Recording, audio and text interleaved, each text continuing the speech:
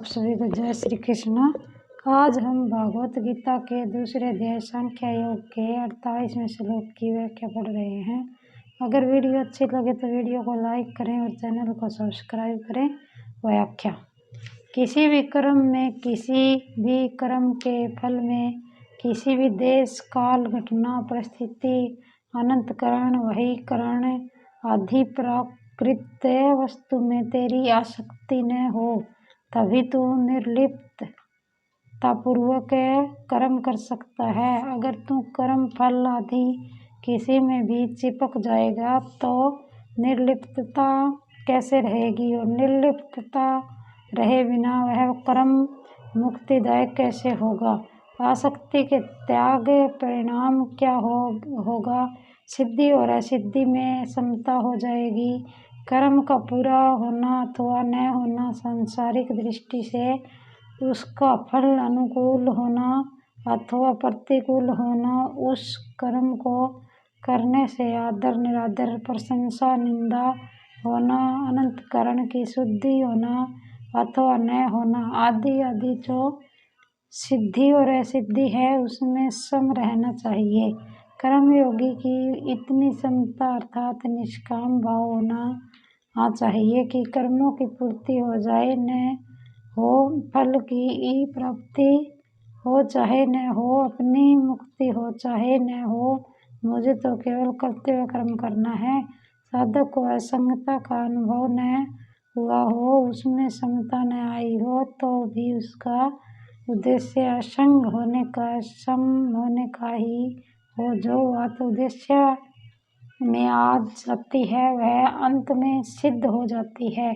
अतः साधन रूप समता से अर्थात अनंत करण की समता से साध्य रूप समता सहित आ जाती है। तदा योगम वाप्यस्यासि योगस्थ कुरु कर्माणि।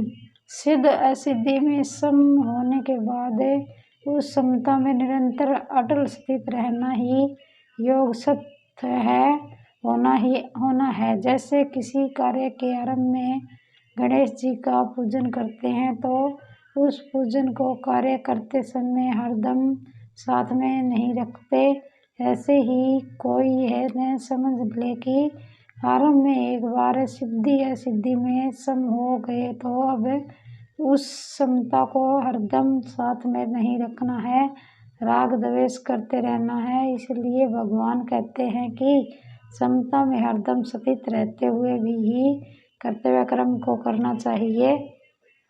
समता ही योग है, अर्थात समता परमात्मा का स्वरूप है। वह समता अंतःकरण में निरंतर बनी रहनी चाहिए। आगे 5वें अध्याय के 19वें श्लोक में भगवान कहेंगे कि जिनका मन समता में स्थित हो गया है उन लोगों ने जीवित अवस्था में ही संसार को जीत लिया है, क्योंकि ब्रह्मा निर्दोष और सम है, अतः उनकी स्थिति ब्रह्मा में ही है। समता का नाम योग है। यह योग की परिभाषा है। इसी को आगे 6ठे अध्याय के 23वें श्लोक में कहेंगे कि दुखों के संयोग का जिसमें वियोग है उसका नाम योग है। ये दोनों परिभाषाएं वास्तव में एक ही है। जैसे दाद की बीमारी में खुजली सुख होता है और जलन का दुख होता है, पर ये दोनों ही बीमारी होने से दुख स्वरूप है। ऐसे ही संसार के संबंध से होने वाला सुख और दुख दोनों ही वास्तव में दुख रूप है। ऐसे संसार से संबंध विच्छेद का नाम ही दुख संयोग वियोग है। अतः चाहे दुखों के संयोग का वियोग अर्थात सुख दुख से रहित होना कहे, चाहे सिद्धि असिद्धि में अर्थात सुख दुख में सम होना कहे, एक ही बात है। इस श्लोक का तात्पर्य यह हुआ कि स्थूल सूक्ष्म और कारण शरीर से होने वाली मात्र क्रियाओं का केवल संसार की सेवा रूप से करना है, अपने लिए नहीं। ऐसा करने से ही समता आएगी। बुद्धि और समता संबंधी विशेष बातें।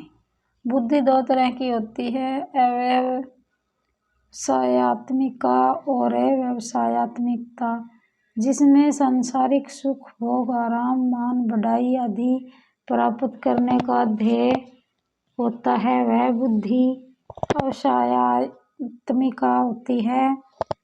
जिसमें समता की प्राप्ति करने का, अपना कल्याण करने का ही उद्देश्य रहता है, वह बुद्धि व्यवसायत्मिका होती है। अव्यवसायत्मिका बुद्धि अनंत होती है और व्यवसायत्मिका बुद्धि एक होती है। जिसकी बुद्धि व्यवसायत्मिकता होती है, वह स्वयं अव्यवसायी होता है। बुद्ध्यो व्यवसायिनाम तथा वह संसारी होता है।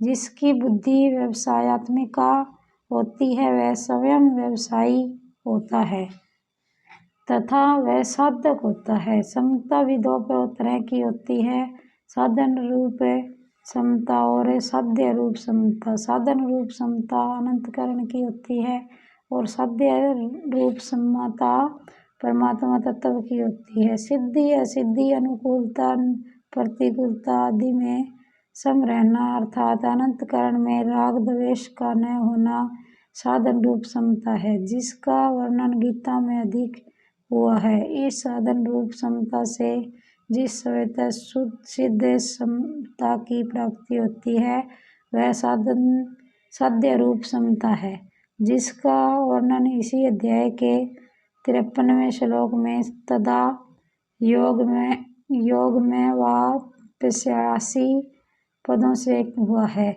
अब इन चारों पदों को यूं समझें कि एक संसारी होता है और एक साधक होता है, एक साधन होता है और एक साध्य होता है। भोग भोगना और संग्रह करना, यही जिसका उद्देश्य होता है, वह संसारी होता है।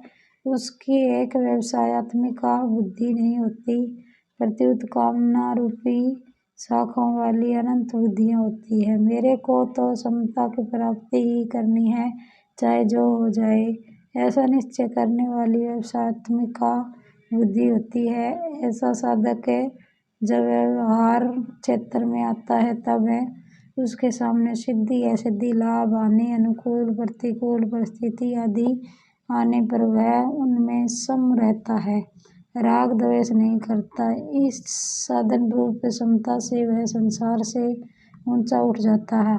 इह तर्जित सर्गो येषां साम्ये स्थितं मन।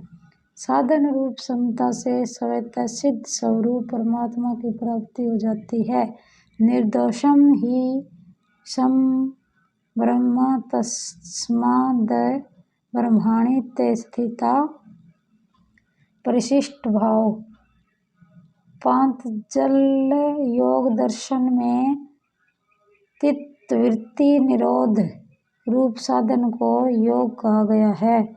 योग से चित्तवृत्ति निरोध, इस योग के परिणाम स्वरूप दृष्टा की स्वरूप में स्थिति हो जाती है तथा द्रष्टु स्वरूपेवस्थानम।